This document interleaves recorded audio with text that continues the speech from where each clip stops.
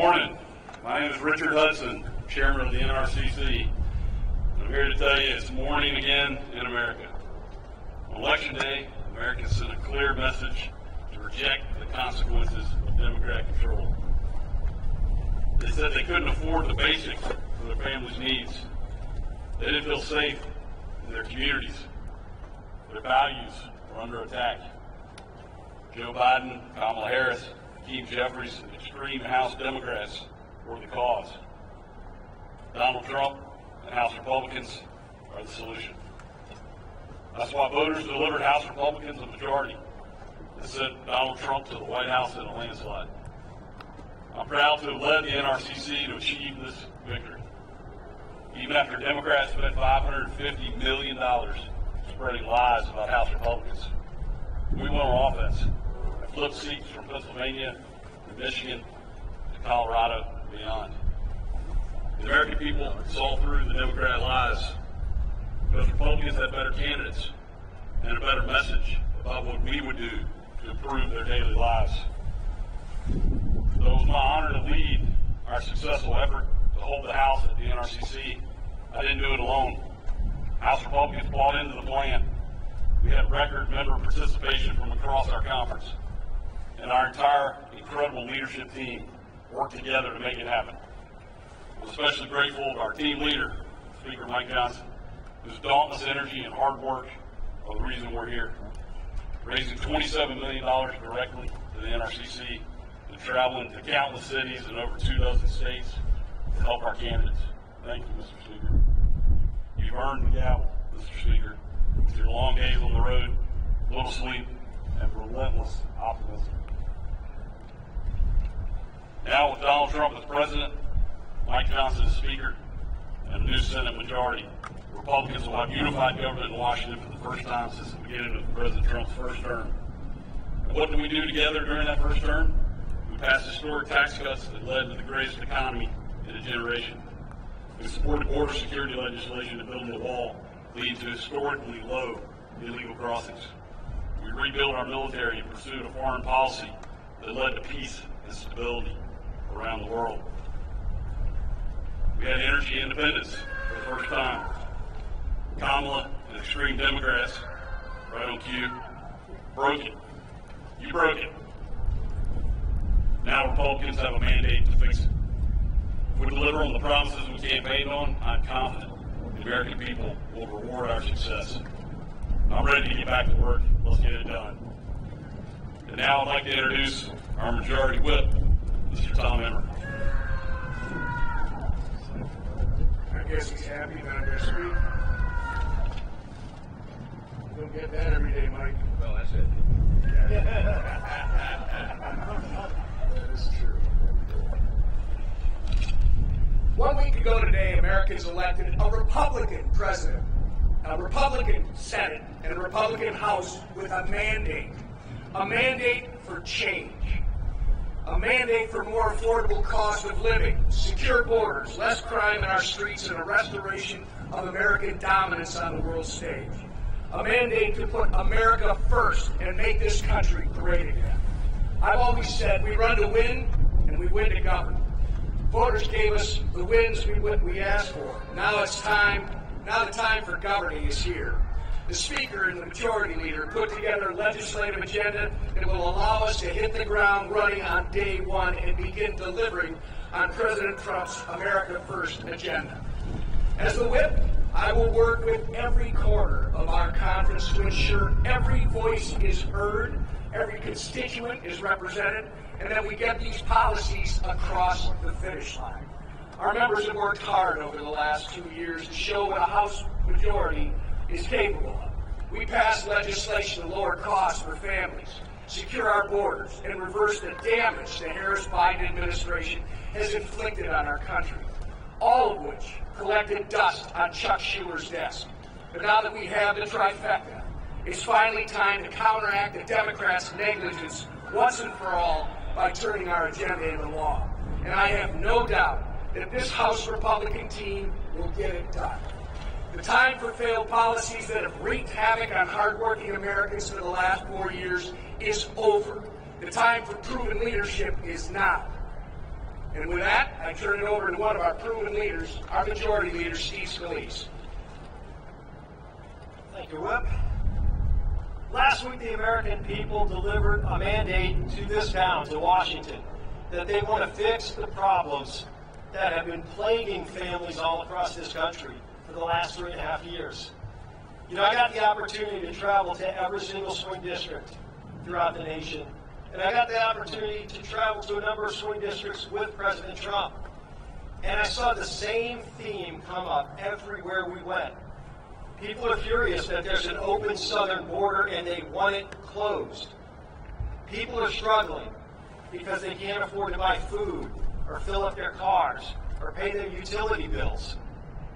And the leaders in the White House were not listening. And what we talked about when we were out on the campaign trail and our candidates talked about were real issues, real solutions to the problems that those families were facing.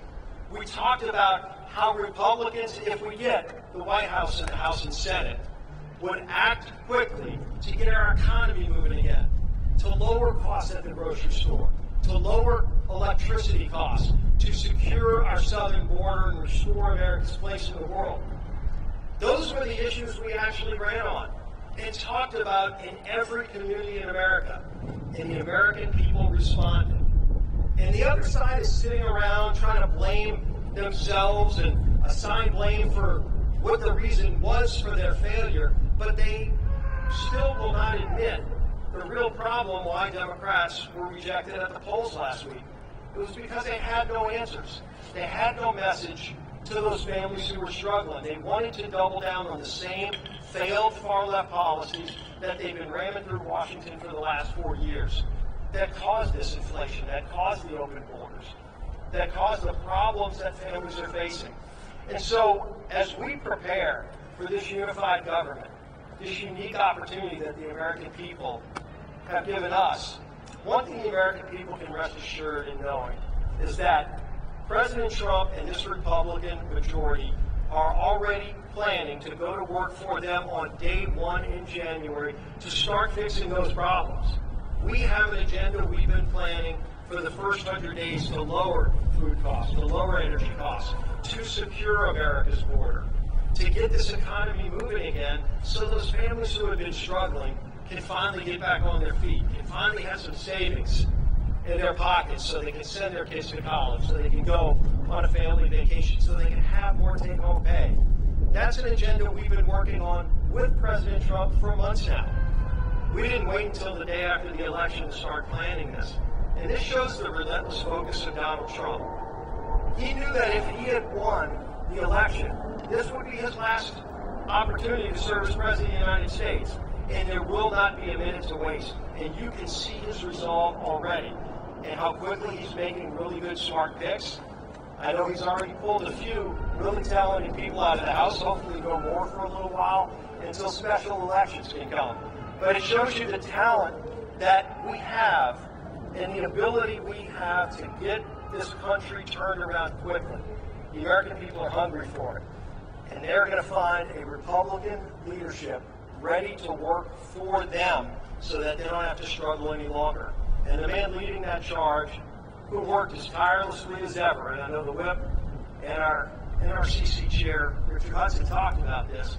Nobody's traveled around the globe, theoretically, more than Mike Johnson, to ensure that even though some of the pundits said we couldn't hold the House, we would hold the House so that we can continue delivering those promises. Our Speaker of the House, today and tomorrow, Mike Johnson. Thank you, Steve, our great majority leader. Thank you to our whip, Emmer, our NRCC chairman, Richard Hudson, all three of these gentlemen, and our whole leadership team, Elise and all the rest, Blakemore and McLean and Palmer and everyone did everything possible to ensure that we could come to this moment. It is a beautiful morning in Washington. It is a new day in America. The sun's shining, and that's a reflection about how we all feel. This is a very, very important moment for the country. Not take it lightly. We did work really hard to bring this day about. The actual statistics are even harsher than you said, Richard. My team calculated, they told me last night. Actually, when it was all said and done, it did more than 360 campaign events. in over 250 cities across 40 states. And I logged enough miles to circumnavigate the globe 5.5 times. But it was worth it. It was worth it. And we got extraordinary candidates. We flipped blue seats to red as we planned, and we kept this majority. We expect that the majority will be larger than last time. We still have a number of races outstanding, but we're very optimistic about those. And we are looking forward to governing in unified government beginning in January. It's true that on Tuesday, voters rejected what they really felt was the misery of the last 4 years. We're moving on and we're turning the page, and this is something that the American people desperately need and deserve. We are going to raise an America First banner above this place. And you saw a demographic shift that I was talking about on the campaign trail for over a year, with new demographics, new groups of persons who had not traditionally been with the Republican Party, who came on board with us because they believed in what we were saying. They believed the answers that we were providing for all the great challenges facing the country. And we made them a commitment to do that. And we will. And as the new members return now, we lay the groundwork for the next Congress, and we usher in this new day in America. The Republicans in the House and Senate have a mandate, it's true. It was a decisive win across the nation. The American people want us to implement and deliver that America First agenda. And we have to do that while we have that energy and that excitement beginning on the very first day of the Congress in the new year. It's clear the American people do want secure borders. They want to prevent terrorists and criminals from entering the country. These things are common sense. They want and deserve lower costs for groceries and gasoline. They want us to project strength on the world stage again and not the weakness that we have projected for the last 4 years. They want an end to the wokeness and the radical gender ideology and a return to common sense in our children's classrooms and corporate boardrooms and government agencies. We're going to ensure all this is true. This leadership will hit the ground running to deliver President Trump's agenda in the 119th Congress, and we will work closely with him and his administration to turn this country around and unleash, as he says, a new golden age in America. That's not a campaign slogan. We believe that that is true. We believe in our hearts that America's best days are ahead of us. And we're excited to deliver upon that promise. The only way we're able to work quickly is because we have unified control of the Congress, both chambers now in the White House beginning in January. And I want to congratulate all our Republican incumbents who worked so hard to ensure their re-elections and our new members who helped us to keep this House majority. Especially a couple of new members that flipped districts from red to blue. People like Tom Barrett and Ryan McKenzie, Rob Bresnahan, Tim Moore, Addison McDowell, Brad Knott, Dave Evans, from different states around the country who worked really hard to ensure that we could have Republicans return to the seats. And we have an amazing group of freshman members who are going to join our conference, the Patriots who are already here and who are ready to implement this agenda on day one. Now, as we sit here this morning, we're still watching a number of races. We have races still pending in Alaska, Arizona, California, Maine, Ohio, and Oregon. And we're going to ensure that every single legal vote is counted in those races. So while we're completing the work of this Congress, we're shifting gears and preparing for the next Congress. We're also still in campaign mode in some sense and awaiting the final outcome of these races. Looking ahead over the past year, I've been working with our committee chairs and our Senate colleagues to lay the groundwork for this America First agenda. It will grow our economy and reduce inflation. It will secure our borders. We will restore America's energy dominance once again. We'll implement educational freedom, and we will drain the swamp. And that's just the beginning of the agenda. This leadership team standing behind me has been preparing for this moment, and we are ready to deliver on America's mandate in the next Congress. When President Donald Trump won the presidency in 2016, we all look back and recognize that the Republican Party was not fully prepared for that moment, and precious time was wasted in the beginning of that Congress. I know it well because that was my freshman year in Congress. We began in 2017. We are not going to make those mistakes again. We will be ready on day one. We are prepared this time. And as we wind down the 118th Congress, we'll be ready to take the ball and run full speed in the 119th Congress that begins in January. With that, if you have a few questions, we have them. Mr. Speaker. Chad. Thank you. With Wolves and Stefanik leaving release last night about this, because alluded to, we're kind of on the edge and how they seem to do. And can the administration say, look, we're going to be right on the edge, we have people who are out sick every day, we can't do these things, if you take any more members from the House? Yes. President Trump and I have talked about this multiple times a day for the last several days. We have an embarrassment of riches. We have a really talented Republican Congress. We've got really competent, capable people here. Many of them could serve in really important positions in the new administration. But President Trump fully understands and appreciates the math here, and it's just a numbers game. We believe we're going to have a larger majority than we had last time. It's too early to handicap it, but we're optimistic about that. But every single vote will count, because if someone gets ill or has a car accident or a late flight on their plane, then it affects the vote from the floor. So I think he and the administration are well in tune to that. I don't expect that we will have more members leaving, but I'll leave that up to him. But yes, are we talking about it? Yes, all the time, and he fully appreciates that. Mr. Speaker. Yes, go ahead.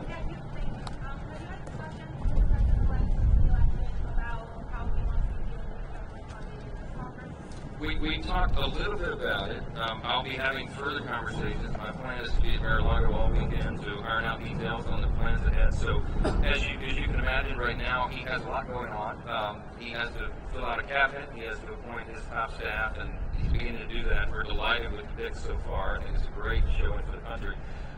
But he and I have both had a lot going on. So we'll be talking about that and a number of other items over the weekend. I'll see him, I think, Thursday night, and their preliminary plans are going to come to Capitol Hill tomorrow. So we'll have lots of time over the weekend and the weekdays ahead, so we'll stay tuned on that. Mr. Speaker. Mr. Speaker. One second, I can use my pencil here.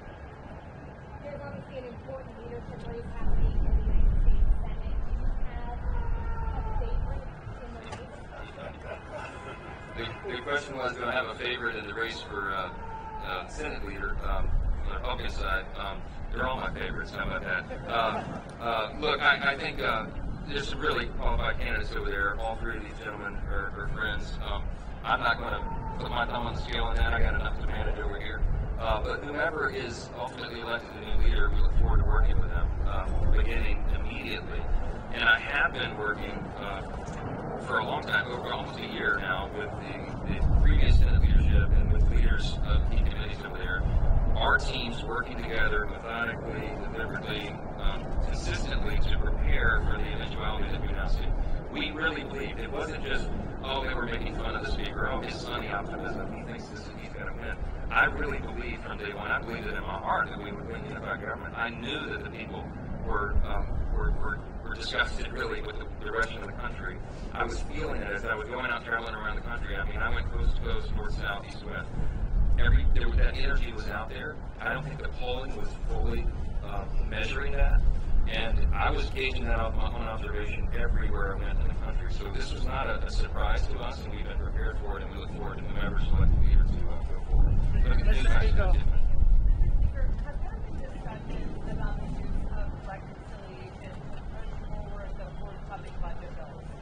Yes, we have been talking for almost a year about the use of budget reconciliation as a method to achieving some of the desired ends. We have to fix everything. I told President Trump many times, and we've all discussed, we believe we could be the most consequential Congress in the modern era, and he the most consequential president, because we quite literally have to fix almost every metric of public policy. Everything is a mess. Everything. So the budget reconciliation process is a very efficient means to solving a lot of that, everything related to the budget, spending, and all the rest, regulatory reform. So we have lots of very specific plans on how to do that, and the details of that will come together in the coming weeks. Mr. Speaker. Mr. Speaker, since you've raised this, can you tell us a little bit more about what you expect from the president's legislation coming here to the Hill? What's on the agenda? Well, I'll say the tentative, I didn't intend to break this news this morning, but since I said it, I invited, President Trump is going to meet with President Biden at the White House.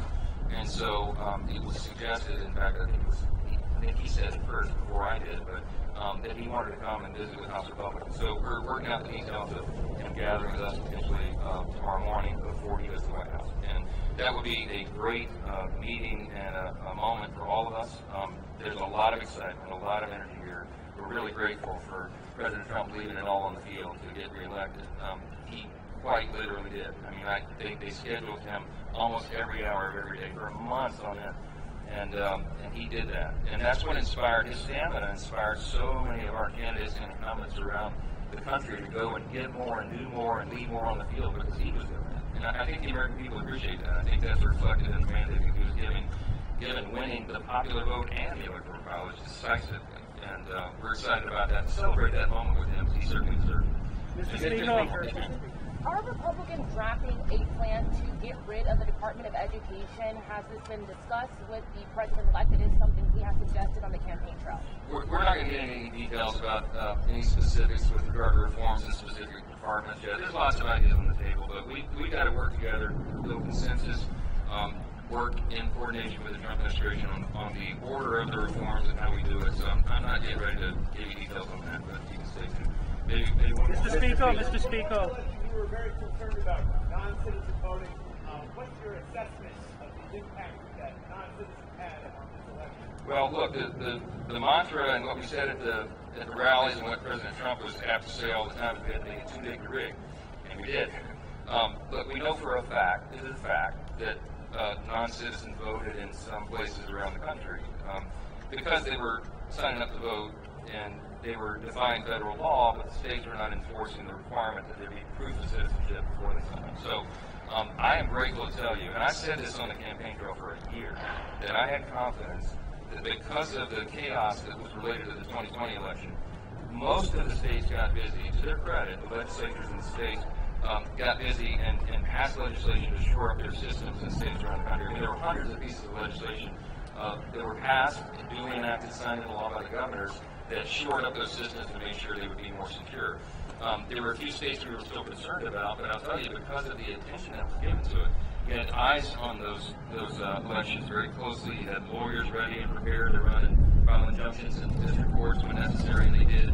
You had poll watchers and precinct captains, and some of those are still working right now. There will be recounts in a couple of these races that will be very closely monitored. I'm happy to report to you that because of all the emphasis we placed on that, and because of all the attention the American people put on it, that I think we were able to limit to a high degree the amount of fraud and irregularity and many of the things that concern all Americans after 2020. So that's a good sign. It's another hopeful reason, another thing to celebrate about our new day in America. So thank you all for being here this morning. We're really grateful to get to work, and that starts right now. Thank you.